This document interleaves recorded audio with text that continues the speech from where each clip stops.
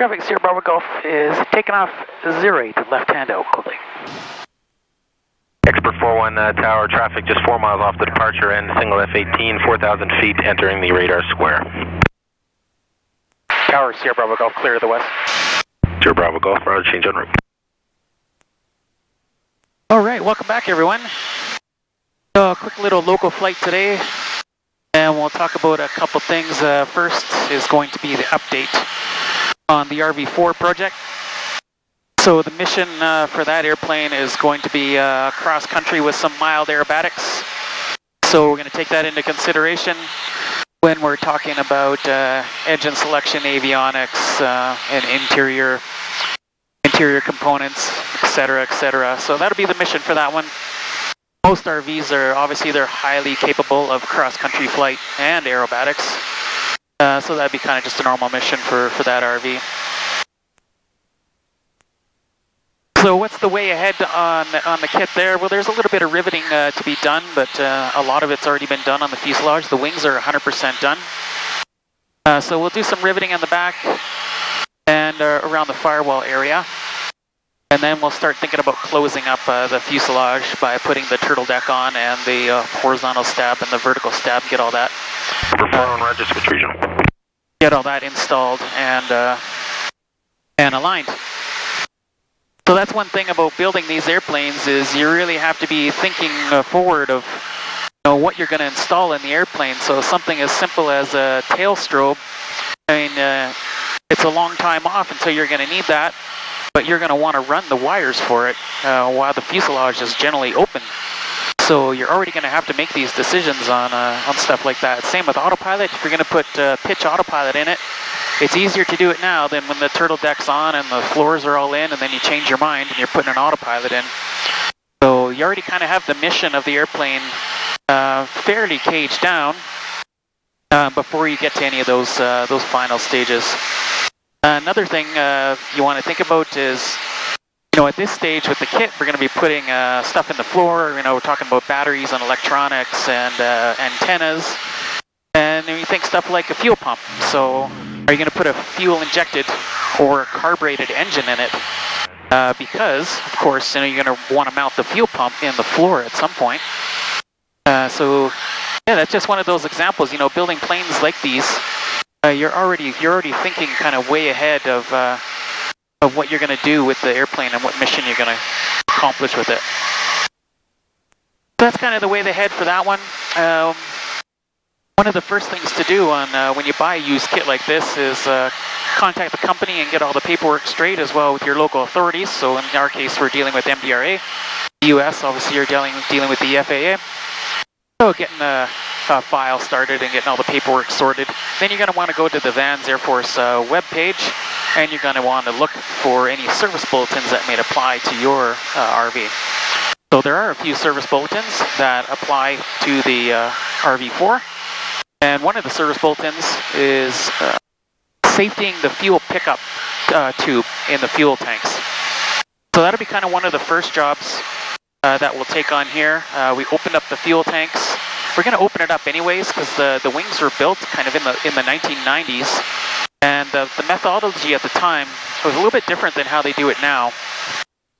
So now when you build the wings, you basically use a fuel sealant in between the rib and the skin. But back in the 90s, they did that, but then they put a slosh compound in there, which is kind of like a milky substance. And there have been issues of that stuff flaking off. So we want to look inside the tank anyways. Obviously, we have to do the service bulletin for the pickup. But we want to look in there anyways, just to see the general condition. So we've done that. We've cut into the back of it, and it actually looks pretty good. So we'll do that service bulletin, and then we'll close it back up. So just another thing on the RV4. I haven't really decided on what engine and prop we're going to put on it yet. It is going to be constant speed, that's for sure. But as far as which engine we're going to put in it, not 100% sure right now. So that's one thing that we're going to be definitely thinking about over the next few months. And about the instrument panel, we were going to go with a quite simple instrument panel. Basically altimeter and airspeed and some kind of attitude reference and engine monitor, radio transponder, that kind of stuff. But if you start pricing it out, the actual modern avionics and the Garmin touchscreens and XM weather and ADS-B in and out and all that stuff integrated into the touch screens actually becomes quite affordable. So that's what we're going to plan for the RV4. We're probably going to go with the GDU 460 10-inch display. And because the panel space is so kind of limited on the RV4, everything is going to be remote. So the radio is going to be remote, the transponder is going to be remote. And it's going to have XM weather because we need that in Canada. I wouldn't fly without it in Canada anymore. Saved my butt a few times. But it will have the ADS-B in and out as well, of course. So when you start pricing it all up and you look at these flat panel displays, you'll be quite surprised, really, at how affordable they are. So that's going to be the plan for the RV4. And at the same time, we'll get to show you guys installation of modern avionics and what they look like and what they're capable of. So that'll be the plan for that one. All right, let's just richen her up a little bit, autopilot off. Do a few little arrows here as we talk through this next big announcement.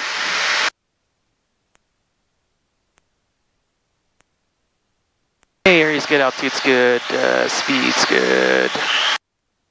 All right, into the big announcement.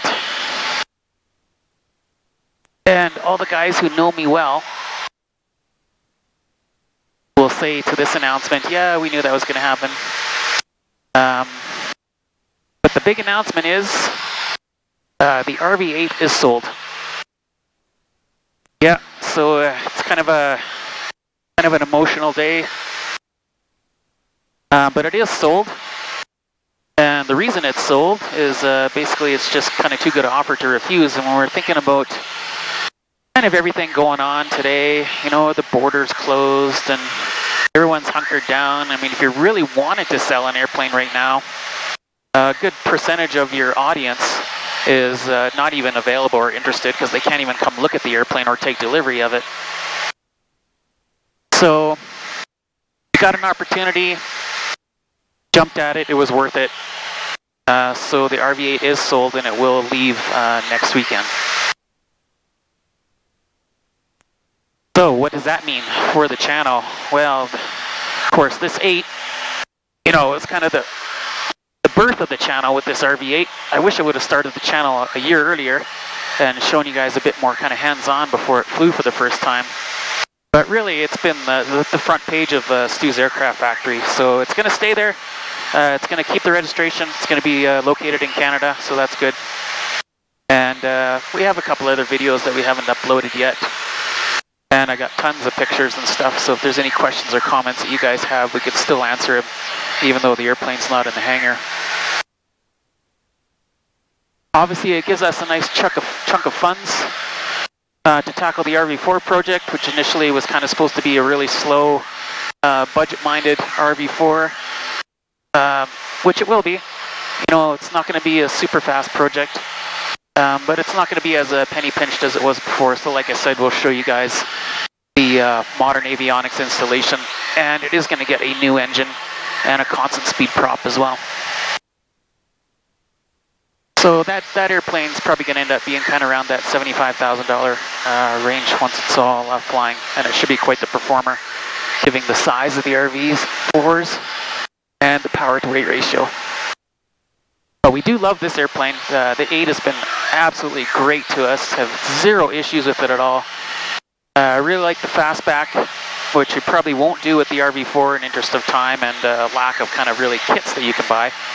So we'll miss that part, definitely. We'll probably miss the baggage capability of the RV8, so that forward baggage compartment is quite nice.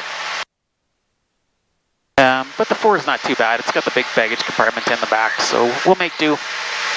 And it'll be a fun project to tackle. So looking forward to it. So hope you guys aren't sad out there. It's definitely a hard decision, and of course, you know, this airplane was built to be the grand champion in Oshkosh. So that was the goal when we first started it. We got the Bug in 2016 when the RV6 won the Bronze Lindy. So as I started this one, you know, that was the goal. And ironically, the day that we sold it would have been the day that we would be flying back from Oshkosh 2020. So things just seem to kind of fall in my lap sometimes. And that was definitely one of those cases.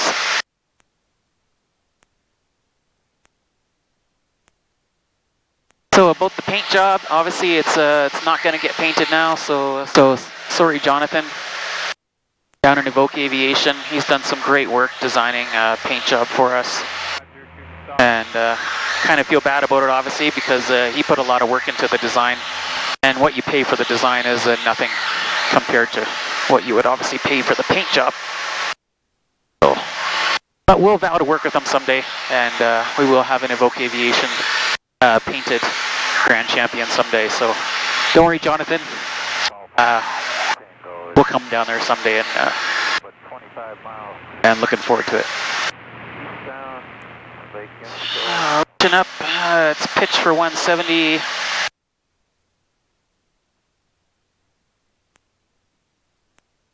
Yeah, so I hope you guys stay tuned to the channel, stay subscribed. Obviously, there's going to be lots of content with the RV4, so there's going to be still lots of learning. Obviously, a little bit less flying now.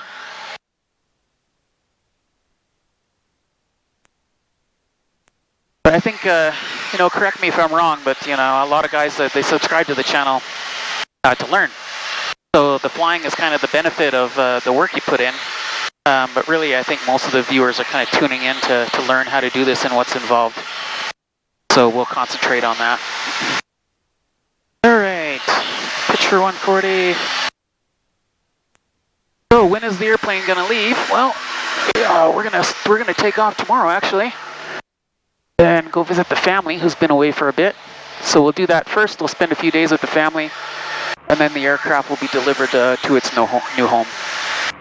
So the other benefit of that is, you know, with everything going on with COVID, the agreement where we sold it to, there is no COVID restrictions, so we got lucky there as well. There are different provinces that have different restrictions in effect.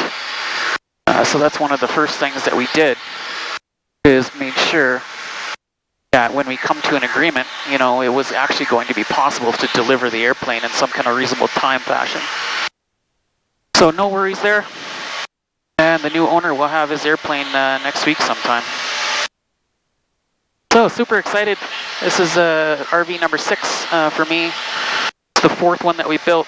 So the RV4 is the 5th build that we'll tackle.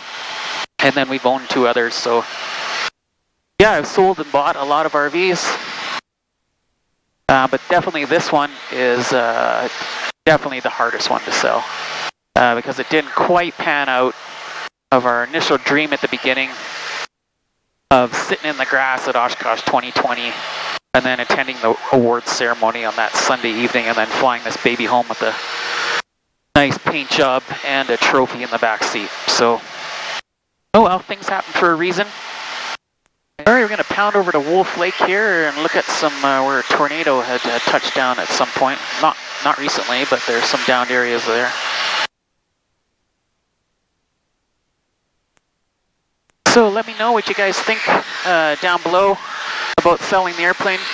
I have a feeling I kind of already know what you guys are going to say, but I hope you guys are excited to see the RV4 build kind of progress a little bit.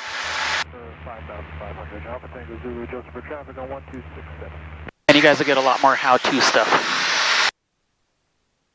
Yeah, so some time ago, I don't know the exact date, but there was a tornado that went through here. It didn't affect any residential areas, but you can still see the path in the forest here that it carved going up north. And some local bush flying guys, hey Al, like to fly up this thing nice and low in their bush planes, their Bearhawks. So here's one of the first spots where it touched down right at the top of this peak here. You can see that the trees are just all gone. Growth is coming back, so it's been quite a while since this happened, but it's just fallen everywhere.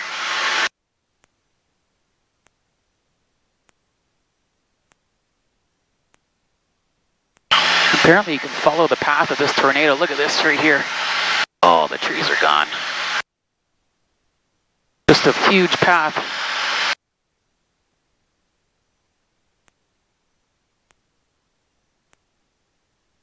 Pretty cool.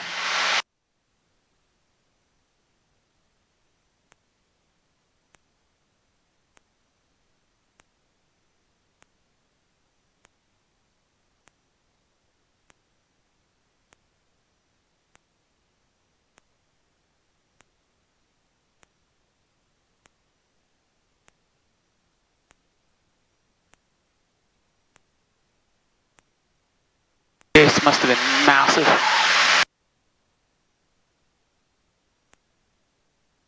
That's about as far as we'll go because the weapon range is coming up here. Pretty cool.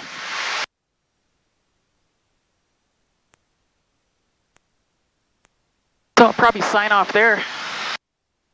So please like, comment, subscribe down below. It really helps the channel build.